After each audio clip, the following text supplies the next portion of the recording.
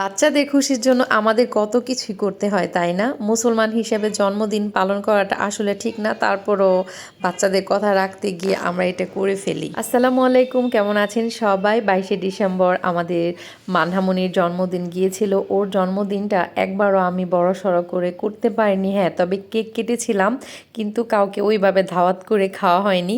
তো এবার যেহেতু বাংলাদেশে আছি, ভাবলাম যে ওর জন্মদিনটা করি। আর মেয়েও মানে অনেক আগে থেকে বলতেছে তার জন্মদিন নাকি একবারও করি না, শুধু মাহিরাতটা করি। সেজন্য ভাবলাম যে এবার একটু করি সবাই মিলেমিশে, কারণ ওর যেই 4বার আরও জন্মদিন ডেট গিয়েছিল, তখন একবার মানে 2বার ইতালিতে ছিলাম, 2বার বাংলাদেশে ছিলাম, সব মিলিয়ে আর কি ওই রকম কিছু করা হয়নি। তবে এইবার সবাইকে নিয়ে ওর জন্মদিনটা ভালোই করলাম। সব রান্না বান্না শেষ টেস করে মানে সব কাজ কমপ্লিট করে কেক নিয়ে এসে তারপরে যে মানহাকে রেডি করে নিলাম, আমিও একটু রেডি হলাম। আসলে সারাদিন কাজ করলে মানে শরীরের ওই রকম আর এনার্জি থাকে না, মানে সাজগোজের যেটা হয় আর কি। আর ওইদিকে মাহিরাও রেডি হয়ে গেছে, মোটামুটি সবাই রেডি। তো মানহাকে একটু রেডি করে টিভি ছেড়ে দিলাম, সে তো মনের আনন্দে নাচানাচি করছে।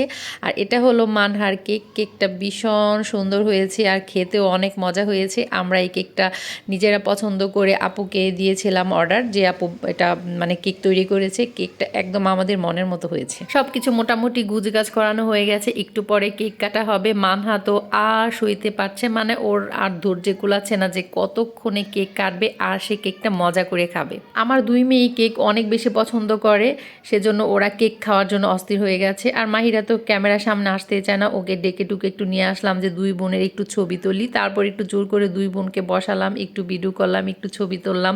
ওর নানু বসে আছে, ওর আন্টিরাও ছিল, ওর চাচিরা ছিল, মোটামুটি আমার বাসার যারা আছে সবাই ওর জন্মদিনে ছিল। সবাই এসে পড়েছে, একটু পরে কেক কাটা হবে।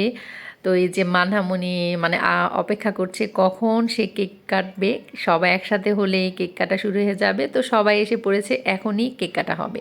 কিন্তু কেক কাটতে গিয়ে মানে ওরা এত দুষ্টমি করতেছে, তবে ওদের দুষ্টমি আর মজা দেখে সত্যি অনেক বেশি ভালো লেগেছে।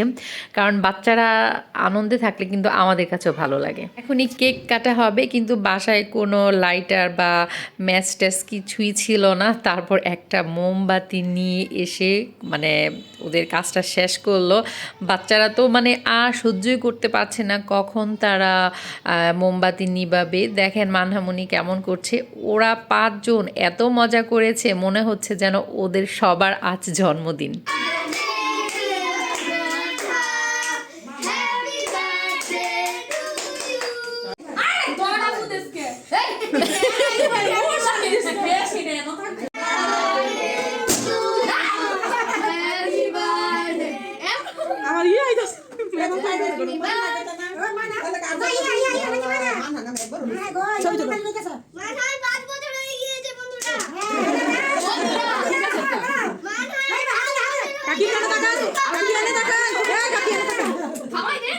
দেখতেই পেলেন আমরা কতটা মজা করেছি আর কতটা হইচই করেছি।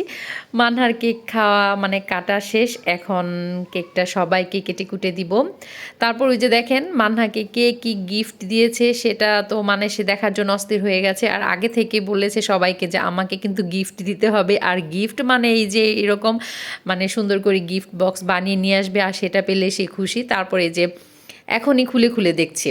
আমি তো সুন্দর করে ভেবেছিলাম যে ভিডিও টিডিও করবো, কিন্তু সেই সুযোগই পেলাম না। সবাইকে কেক টেক খাইয়ে এখন বাড়ি খাবারের পালা। অনেক কিছু রান্না করেছিলাম এক হাতে, এখন সবাইকে টেবিলে বসিয়ে দিলাম। সবাই খাচ্ছে, তবে কাউকে দেখাতে পারছি না, কারণ কেউ ক্যামেরার সামনে আসতে চায় না। আর আমাদের মানহামনি দেখেন, সে নিজে নিজে খাবে।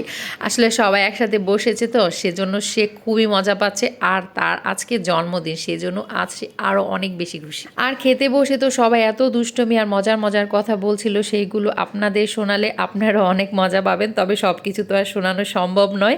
আচ্ছা যাই হোক, আজকে আমাদের মানহামনির জন্মদিন ছিল। মানহার জন্য সবাই দোয়া করবেন, তার জন্য সবাই মাশাল্লাহ বলবেন। ফাঁকে ফুঁকে একটু ভিডিও করেছি। আজ তাহলে এ পর্যন্তই। সবাই ভালো থাকবেন, সুস্থ থাকবেন। আল্লাহ হাফেজ, আসসালামু আলাইকুম।